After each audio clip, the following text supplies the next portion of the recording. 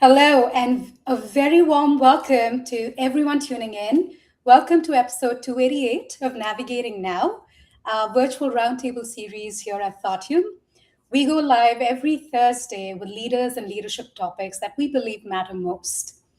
My name is Aishani Gupta. I'm a senior director here at Thoughtium, and I'm joined by my co host today, that is Norm Ralph, one of our partners here at Thoughtium. Norm, really excited to talk about fun stuff on this episode today. This was an easy yes. So yeah, excited to chop it up. Well, this episode is actually the first in a brand new series where we're actually diving deeper into some of Thorium's offerings. And today we're peeling back the curtain on our strategy capability, which is very often grounded in our strategic blueprint process. So as we dive in, Norm,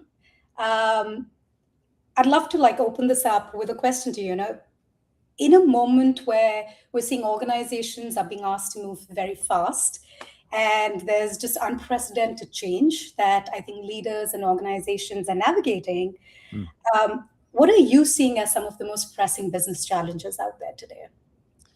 I'll say I deeply believe this is the most challenging environment to lead a business and lead people. I mean, the pace with which we're moving, the complexity, there's just a lot that's being required on a day-to-day and just the amount of change that's happening. And so I think in so many ways, leaders are struggling to keep up with that pace and also to set the clarity and direction that the teams need. So as we think about one of the biggest challenges is maybe not having the time or creating the space and the priority for those big strategic efforts, those big challenges to be able to really move the needle, or feeling like you've emptied the tank and you're coming in and you're distracted or there's just so much noise in the system. So I think what we've heard a lot from leaders is they're looking for focus. They're looking for the ability to elevate from some of those day-to-day pressures. And again, it's just incredibly challenging. So we want to acknowledge that is the environment we're in. I think the other piece that we're seeing is that change that's happening, that's real. And it now requires us to be change leaders. I think before we would look at maybe a few people that were change managers, or we look for an outside team that was the transformation office. There's a reality to be effective. You now need to be a change leader. You've got to be incredibly comfortable and confident to lead the business, to lead individuals, to understand how to motivate, drive, create the type of momentum that's going to be needed in this change landscape. And then lastly is I just think that so many leaders are struggling because what's required for leaders is evolving. And so maybe what worked for you in terms of style, preference, hard skills, soft skills 2 years ago, 3 years ago, isn't going to work for you going forward. And so I think in many ways, how do I create the time and priority to do the mindset work, the skill work, the self-development, the outcome work that's going to be needed for me to future-proof and lead my business for the next 12 to 18 months. And so I think a lot of leaders are looking for us to help them, one, navigate the change. And I think two, blend somewhere between the leadership mindsets and skills that I need, but also advance some of the bigger strategic work that I'm doing. Yeah, I love that. And also, Norm, I think what we've often seen is some of this work is it takes intentional time and space, Big right? time. It's not stuff that is going to just happen if you're just stuck in your day to day, if you're just moving from one day to another, one task to another. I want to bring up this. I know a lot of our strategic work, we begin with our strategic altitudes. We talk about the strategic, the operational, and the tactical. And very often when we're working with teams and even leaders, when we ask them, where do you spend most of your time? It's not surprising. People are spending more than 80% of the time in the operational and tactical. Yep. And we've all, very often when we've been having these conversations with leaders, we talk about strategic work actually equips you to think about your big bets. It allows you to create space and moments of pause to think about what's your edge. Where are we headed in 2027 and beyond in the next 5 years? And that is stuff that needs dedicated time and resources that's beyond your day to day as well. And I think I love this point around when change is happening and it's coming at us faster than ever, and we are being asked to adapt, faster than ever. It is important to create moments of pause to actually think from a strategic lens as well, rather than be caught in the Yeah. And as you're sharing that, it's I'm imagining that leader who spent most of their day in the operational and tactical, and all of a sudden they've only got a 30-minute or 1 hour window. And they think, well, I'm going to create a little bit of space to think about it. It's that's not going to get it done. And so I think what we're realizing is you've got to have that intentional time and space designed, and for you to come in ready to step into that work. I mean, that's big thinking, strategic work. It oftentimes requires you to think more as a business leader than it is as a functional leader. You maybe need to get challenged in your perspective, and you're often working with your colleagues on some of the biggest challenges that the business needs. And so, again, designing the time and space to be in a different headspace, to have a different conversation, to advance different type of work is absolutely critical. Absolutely. Um, this maybe is a natural segue into even speaking about how do we guide our clients Mm. in this work, clients who have the appetite and the wish to actually do this higher order thinking, the strategic work over here. How do we approach it? Because I think a lot of firms do strategic planning. Uh, Sure. how do we do it? Well, it's funny because, why am I so passionate on this work? It's because I was on the receiving end of maybe more traditional consulting models or hierarchical top down, where it's like you've got a small group of leaders who gets in a room, they've got the strategy and they just cascade it out.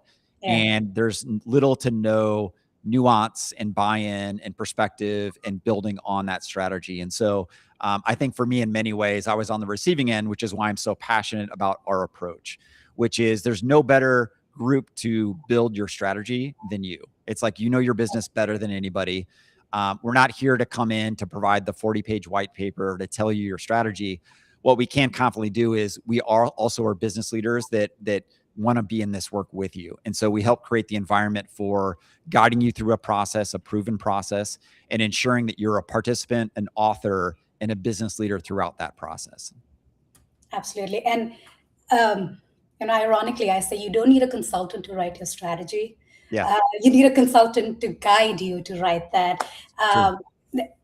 Very often, I think when you get an external vendor to actually come in, upskill in your business in 2 days and put together a 50-page document, I don't see the true, I'll say the undercurrents of the culture, what people think, what are the, really like the native genius is actually in the room. And I Yep. don't think that's truly reflected in that document that's put together by an external vendor who comes in and does that. And I think like one of the things that differentiates how we approach our strategy work here is it's truly an experience, right? For And sure. the other thing is it's co-authorship. We're not Yep. writing it. We're the facilitators. Our true skill is in our facilitation and in guiding the room and creating the environment, like you said, Mhm. uh, for leaders to, I think, step in and do that work that is so high impact. Yeah, And and I would say, like, we have a perspective to bring, but it doesn't mean we have the right answer. And I think in yes, many ways, we've seen a lot of the patterns. We also are willing to challenge the leadership team of what's underneath that, what's behind that, and getting them to put some of their biggest maybe barriers or blockers like at the center of this work. Because I think sometimes groups will go through an annual planning process or a strategic planning process, and they kind of go through the motions. And to them, it's like, well, we have an output that we need to do. We need a 3-year strategy, and then we got to build the annual plan. And it's kind of like check, check, check. yeah, And it's like, what if instead you were immersed in this process and you had a chance to put your fingerprint, your voice on it, and you understood from where you lead, like, how do I directly impact my clients, customers, and the business itself? And it's like, I get a lot more motivated when I have a chance to be part of the process than somebody giving me the answers and saying my job is to like follow the process. absolutely. Um, I will say that another thing that I think is really incredible about this work, and you've mentioned this a few times, how leaders are so pressed for time and like Yep. there's so much coming at them. There isn't always the space to just pause and develop themselves, Mm. right? And I think if there's one thing we all can agree on, like even as just learning nerds here at Thoughtium, is like learning should never stop Yep. irrespective of which role you're in, you should never stop developing and growing. Uh, I think a lot of this work that we do with a strategic blueprint process and even outside of that actually is a lot more than a strategic plan. It's this development, learning, strategy work, all kind of built into one motion because Yeah. leaders are being asked to pause, engage a certain muscle they're probably unable to tap into on a day-to-day basis, consider what's happening in the business and therefore what does it mean for what's next. um, And there's no what's better way to build those skills than in the real work. And so I think that's one of the pieces that we bring in. And even as you describe, like, you don't need a consultant to maybe define your strategy. Like, we're more designers and learning practitioners than we are classically, trained like Yeah. strategic consultants. And so in many ways, as we're guiding you through this process, you're having the chance to not be seen as the commercial leader or the operations leader. Instead of that functional leader, you're stepping in as a business leader. You're gaining some of the mindset skills, strategic planning, some of those higher order skills that are going to be required for you to not only build the plan, but more importantly, activate it. And so I think in many ways, that's what we get excited about, is in addition to the outcomes that happen throughout that process, you're getting a chance to upskill each of your business leaders. Yeah. And what have you seen in the way we bring forward some of the cultural aspects into the strategy work?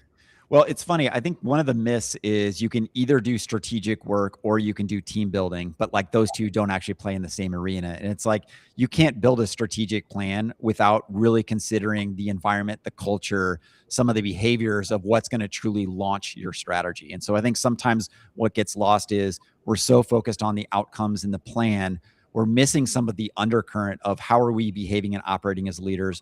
Are we demonstrating the culture that is going to be representative of the business that we're building? And how do we make sure that the team is held accountable to some of those key commitments in the values and the behaviors that ultimately are going to set up the right environment? And so what we ensure is that as part of this process, all of us as cross-functional leaders are coming in to have a say in the culture that we're defining. What does it look like for us to demonstrate it in these practices? And then how do we start to also cultivate the culture outside of that session to make sure that this is a longstanding culture that will sustain the change that we're seeking? And so again, it's not a separate conversation of, are we team building? Are we creating culture? And are we talking about the business? Those absolutely have to be one and the same. Absolutely. What do we say? Discovery never stops. Oh, it's so good. It's always happening in parallel, always iterating and adapting. And through this process, like, people are going to be uncomfortable. And I think in so many ways, this gives you the ability to experiment with how are leaders showing up? How are we making decisions when we have conflict and difference of opinion? Like, how does that show up? Hmm. And what are the ways that we can learn from that and evolve our leadership? Because Aishani, what maybe worked for you and I 18 months ago in our positions might look different as we're now building towards the future. And there's parts of our leadership maybe we've got to let go of, or we've got to find a better way for us to lead. Absolutely. I love that. Um, Maybe diving in a little deeper over here, Norm, let's talk about the how. Like, Sure. how do we guide our clients to this? What does this process really look like for us at Thoughtium? Um, anything you'd like to share with the audience around the strategic blueprint process? Well, I think you're certainly the right person to guide us through some of those details. But what I will say is there's aspects that we make sure that this organization, that it feels incredibly integrated, that it's truly theirs. And as part of that, what we also want to ensure is that as they're learning throughout this process, that it's not just happening in the session itself, but it's something that continues to sustain. So, for example, we're sitting here at mid-year. I'm sure many of us as business leaders are starting to look at those 2026 plans and saying, it's not quite playing out the way I would have Yeah. expected. And we've got to make some adjustments, some reprioritization. So I think in many ways, we're already starting to think and plan. How do we make sure that this is a true living, breathing plan, a dynamic plan? And we're Mhm. coming together in these periodic moments to make sure that it's the initial sessions on the build. What does it look like for us to activate? What does it look like for us to communicate?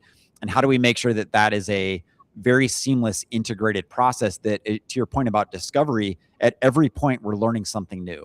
We Yeah. might be learning something new about the business, our customers, or even our team members. Of we've got to provide them better clarity, better context, better direction, maybe better support as we're making this change. But I'll say, like, again, this guided process allows us to look not in terms of the 2-day on-site to build the plan, but what does it look like for us to have a sustaining change plan I that love that. includes strategy, includes change, includes communications. Love that. And I'd love to share with just our audience around the way we've been approaching this is irrespective of are you whether you're developing a change strategy, whether you're a new leader within an organization and trying to figure out your next 5-year plan, or Yeah. simply launching a new initiative or a pivot in the business. I think a good grounding framework is to think about, let's first spend some time envisioning what this future needs to look like. So it's that 30,000-foot view. Let's elevate from that day to day, those OKRs that we have, and think about where are we headed? Yep. Who do we want to be? Who do we want to be recognized as? What are our longer term goals that we are focused on? What are those business outcomes that we're driving towards? And then you step into that second phase, which is planning for it. All right, now we have a 3-year, 5-year, 4-year, depending on what your business needs. We have that vision. We know where we're headed. Let's pause and now think about how do we get there? Let's talk about planning for it. What are our big bets? What are the tactics involved? What can go wrong? What's the risk mitigation needed? And then the third piece, which is probably the most critical one, that is activation. And I think you and I both know this. I often throw the stat out: 67% strategies fail because people don't understand them, or they're not well activated.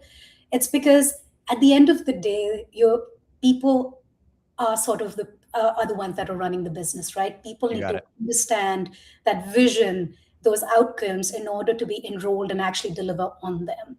And that's where activation is probably a non-negotiable for the success of anything you're trying to do. Getting your people on board, getting them enrolled. And It's, this is just a grounding framework for anyone listening in. Envision your strategy, plan to deliver on it, and most importantly, activate it, get your people on board and enrolled in it. and I think sometimes we fall to the trap of like, we've done all the hard work to build the plan Yes. and we set up the town hall to communicate it for the first time.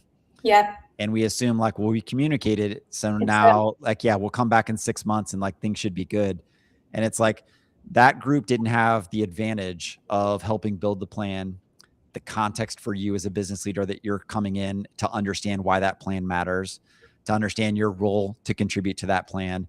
So I think this step, you're so right about this activation step. I think that's a trap that teams fall into, which is like, I've done all the hard work. That's arguably the starting line to then start to communicate, engage, enroll, and continue to pivot with your team. Absolutely. One of the tests we've had with our clients is, can you speak to your strategy without it being in front of you? Yep. You speak to the vision. Do you know where you're headed? What are you trying to achieve and how we want to get there? And can your team do the same? So not just you as a leader, but can your team do the same? Yep.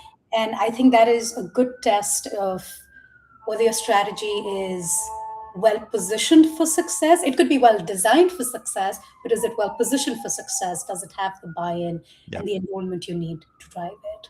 And if you're relying on what's, the words on a a slide deck or a piece of paper, we're going to be in trouble. Like your team should be able to speak to it. And so, one of the simple questions we ask is like, why does this matter? And so if you can't answer the question for one of your key priorities, like at the end of the day, like what's behind this? Is this something where we're driving this type of experience for our clients? Is it something we're looking to advance within the business? But if we all have a completely different interpretation for what that is and why we're doing it, you can imagine if the leadership team's not aligned on that, the cascade effect as you go out. So even a simple grounding question of why this matters, like we should all be able to quickly articulate it in our own words. I love that. I love that. Norm, before we round out this conversation, maybe I'll ask you, are there some more recent examples that come to mind of clients where we've seen success in how they've approached, the strategy design and activation work? And just things we'd like to, share with our audience here, tips people can take away. Well, one of the maybe more common challenges that we see as business leaders is you've got a new senior leader that comes in, whether that's the new CEO or somebody that's, the head of that business unit. And you've got, a set of legacy leaders who are, very used to maybe a different type of leadership style or even a different prioritization or part of the business. And then you've got new joiners that are trying to figure out their role. Maybe they've got an outside in perspective and they've got a different way of working or maybe even different ideas of where they want to take the business. And you've got to create an environment where you're inviting both sets of leaders in, not by way of just combining, the old with the new, but truly co-designing and co-authoring the future together. And so you've got to also allow that's not going to happen overnight. You've got to build trust and rapport and relationships and reps, and it's not going to happen overnight. And so what I'll say is like, we've definitely continued to position this strategic work more as a change progression than limited to the outcome or output of a change strategy or of a strategic plan. So again, I would just advocate, don't assume that, well, I've got a leadership team of 10. I've got 5 legacy leaders that have always been here, and I've got 5 net new joiners. And that 1+1 is just going to move us forward. It's like you've got to let go of some of the past. You also have to invite, like truly invite in that outside in viewpoint and create true co-authorship for how you're defining the future. Love that. Norm, this reminds me of, very recently we wrapped up a commercial org level strategic blueprint effort where we had multiple teams, product teams and support teams within the commercial org. Yep. And as we wrapped that whole effort up, one, it was amazing to see just doing that work created the space for seemingly disconnected teams to get insight into the priorities of other teams and therefore priorities of the commercial business itself. But one of probably our oldest clients here at Thoughtium, he threw a challenge at me and he said, this is beautiful, but I'm going to pull up this report card a year from now to see do people actually remember this and are they executing on it? Yep. And I think that is a fantastic way of even thinking about your strategic work, because you can do all this beautiful work in 2 months, but Sure. Do people know it? Are you putting in the sustained efforts into people actioning on this, knowing their specific objectives and role over the next 6 months, 12 months? And are you remaining open to the changes taking place and iterating and adapting your strategy based on what's happening in the business too? And I think as you're sharing that, it's reminding me that it's not as simple as that initial launch of your plan. In every monthly, quarterly, and even arguably weekly meeting, you should be continuing to tell the story. Absolutely. Setting that front 5 minutes of the context, maybe, talking about how our work is advancing or laddering up to this work. And so sometimes we assume again, like, well, I communicated back in January, like, why do I need to re-communicate it again? It's like, this has to be a constant communication hum that allows everybody to be aligned with the type of work and why it's important. Because your strategy is only as good as you communicate it. I love it. Yes, that's so true. That's amazing. Well, it's been a pleasure chatting with you about this. Of course. And I'll just throw out a fun challenge for our listeners here. A good gut check for you to see, is your strategy working? Is it relevant? Just walk up to 3 people on your team and ask them to describe what is the business after, what is your strategy to deliver on those outcomes in 30 seconds. If they can't do that, I think you don't have a strategy that's thriving or in action. There's a lot of work to be done with advancement. So good.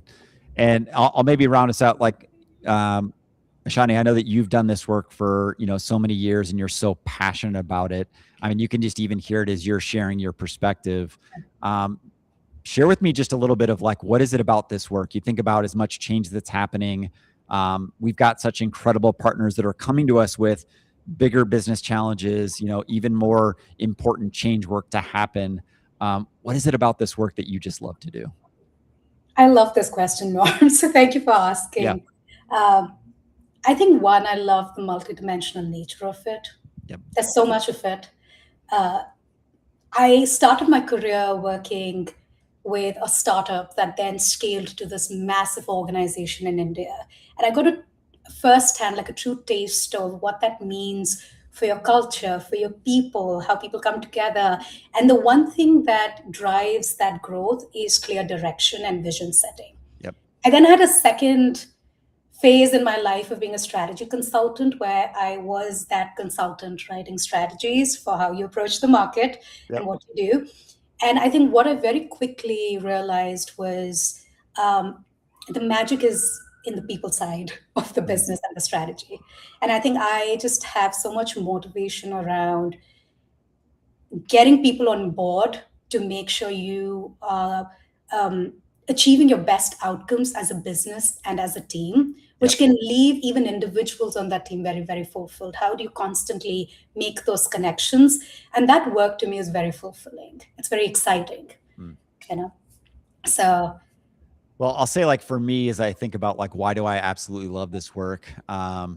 Your point about the complexity of the challenge is definitely real. I'll say for me, it goes back to just the team nature of business. You just think, like, people sit at the center of all of our businesses, and you get together a highly talented team that you're still trying to figure out, how do we all work together? How do we start to create, a common goal? How do we unlock some of the potential for us individually and collectively? And I think that puzzle of trying to connect all these dots, to trying to understand what's in service to the business, what's in service to our teams, and ultimately, how do we guide somebody through that process? And I think for me, I'm like equally comfortable providing more of a directive energy, and at the same time holding it loosely, knowing I want to be able to respond to exactly what the group or the team needs. And so I love the, kind of coming in with the game plan and Yeah. knowing you've got plans B, C, and D in your back pocket, and also being confident to just be in the dance. And so I think, again, that experience and the confidence to be in the dance is what makes me love this work. Well said. Very well said. Well, thank you so much for joining me today, Norm. And also thank you everyone who tuned in. This was episode 288 of Navigating Now. We go live every Thursday, every afternoon at 3 p.m. Central. And you can find today's episode and all past episodes at thoughtium.com/live.